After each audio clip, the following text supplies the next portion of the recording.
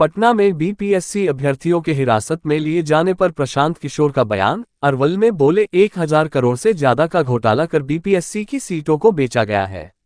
नीतीश की लाठी की चोट का जवाब वोट की चोट से लिया जाएगा। अरवल में किसान महापंचायत को संबोधित करने पहुंचे प्रशांत किशोर ने पटना में बीपीएससी अभ्यर्थियों के प्रदर्शन पर बड़ा बयान दिया है। उन्होंने कहा है कि जब मैं अनशन पर बैठा था तब से कह रहा हूं कि बीपीएससी की ज्यादातर सीटों को पहले ही बेच दिया है। यह 1000 करोड़ से ज्यादा का घोटाला किया गया है। 30 लाख से 1.5 करोड़ में सीटों को बेच दिया है। हम बच्चों के साथ लड़ाई लड़ रहे हैं ताकि परीक्षा रद्द हो जाए और कल इस पर न्यायालय में सुनवाई भी है। लेकिन परीक्षा रद्द भी हो जाए तो बच्चों के साथ न्याय नहीं होगा क्योंकि सीट पहले ही बेच दी गई है।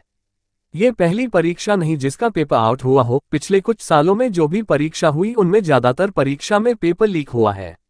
नीतीश सरकार ने पेपर लीक में शामिल एक भी व्यक्ति को गिरफ्तार नहीं किया है। इसके बजाय उन्होंने बच्चों पर लाठियां बरसाई हैं। इसलिए अब नीतीश कुमार को वोट से चोट देनी होगी। लाठी की चोट 5 दिन में ठीक हो जाती है, लेकिन वोट की चोट 5 साल तक रहती है।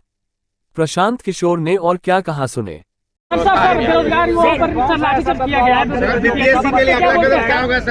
कुछ निष्कर्ष नहीं हो पा रहा है। बीपीएससी में आपको मैंने बताया है, हम तो अनशन पर बैठे हुए थे तब भी मैंने बताया, बीपीएससी के सारे ज़्यादा से ज़्यादा नौकरी को पहले ही बेच दिया गया है।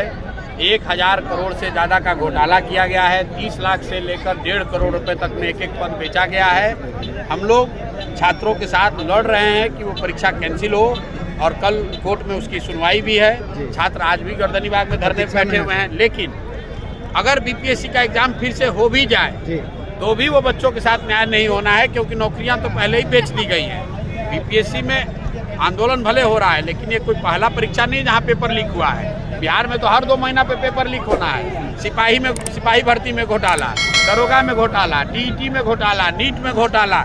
ये कोई ऐसा परीक्षा नहीं है जिसमें पेपर लीक नहीं हो रहा है। और नीतीश कुमार पिछले 5 वर्ष में ये आज तक कोई एक आदमी न गिरफ्तार हुआ, न कोई शिक्षा माफिया पकड़ा गया। क्या रूप दिया जाए सर? अधिकारी लोग इस प्रकार से के पाठक जी का मनमानी देख लीजिए। मेरे भाई, अगला रूप ये है कि आप जो लोग आंदोलन कर रहे हैं नीतीश कुमार उस पर लाठी चलवा रहे हैं। तो लाठी की जो चोट है वो 5 दिन रहती है। तो अब उपाय ये है कि लाठी के चोट का हिसाब वोट की चोट से लिया जाए, क्योंकि जब वोट की चोट दीजिएगा तो नीतीश कुमार को 5 बरस याद रहेगा कि भैया हमने बच्चों पर लाठी चलाई थी, बच्चों ने वोट का चोट दिया, किनारे हो जाएंगे। तो जिन लोगों ने आपके बच्चों पर लाठी चलवाई है उनको वोट के चोट से मारिए ताकि वो सत्ता से बाहर हो, तभी व्यवस्था सुधरेगी।